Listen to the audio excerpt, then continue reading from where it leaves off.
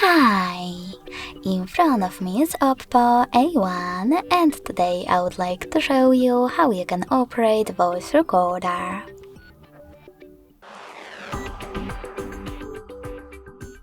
You need to begin by locating and opening Recorder app. It should be in Tools folder. Now click on Standard and tap on one of those modes to set up the best one for your recording: Standard, Meeting or Interview. I will go with Meeting. Now, before starting your recording, click on those three dots at the top right corner. Click on Settings and adjust them however you want to, like recording file format.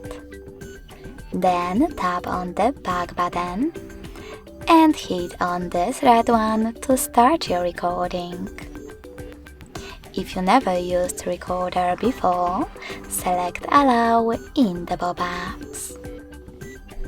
As you can see, recording is on.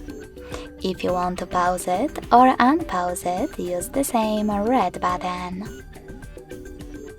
To delete it right away, click on this X at the top left corner and hit Leave and Discard. If you want to add a bookmark, click on this left button. And in order to add a photo one, click on the right one with a camera. Now take a picture. If you want to discard it, select this X on the left and retake it.